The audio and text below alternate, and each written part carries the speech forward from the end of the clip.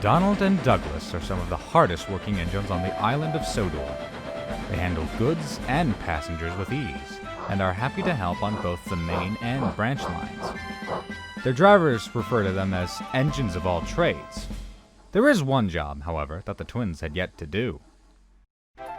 Gordon is the most proud of the Express.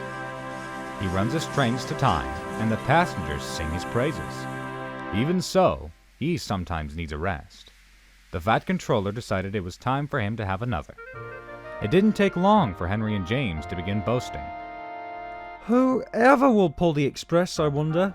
James smirked in the shed that night. I know one engine the Fat Controller will choose, Henry replied smugly. Ugh, here we go, Donald muttered. No sleep for us today, chuckled Douglas. Pa, snorted Henry. You're just jealous. You two are only goods engines. Well, it makes traffic. Same as you, if you recall, Donald replied. Some of us are better suited for important trains than others, James sneered. That's why you two only take trucks. We only take trucks 'cause of the fuss ye lot make about them, laughed Douglas. We'd treat the Express like any other train. A job to be done, and well done. Very well said, Douglas, yawned Gordon. Now, can we please quiet down and get some sleep? Henry and James huffed, but said no more.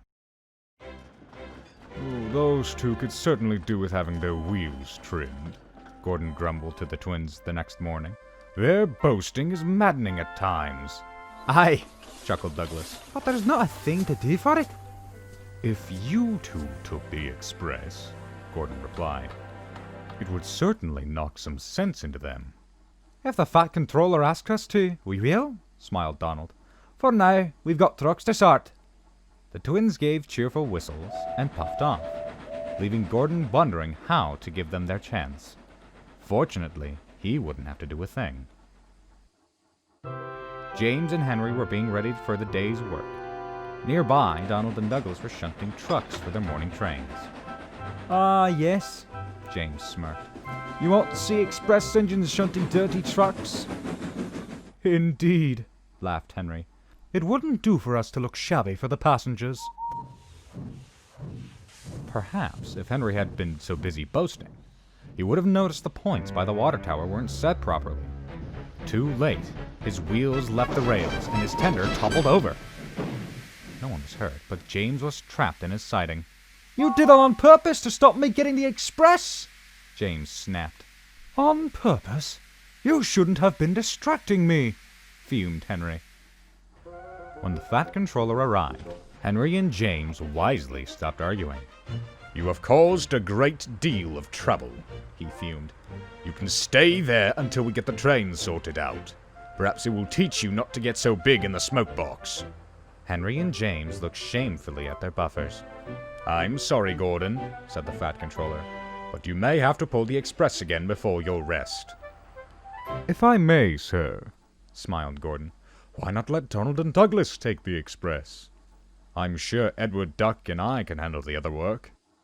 Duck and Edward were quick to agree, and the Fat Controller pondered. Well, you two, he said, turning to the twins, what do you say? We'd be honored, sir. The twins beamed, and so it was arranged. The twins were gentle with the coaches, gave the passengers a smooth ride, and charged over Gordon's Hill. They had no trouble keeping the time. In fact, they were often early. Gordon sang their praises when he saw them return. You two look splendid flying along the line.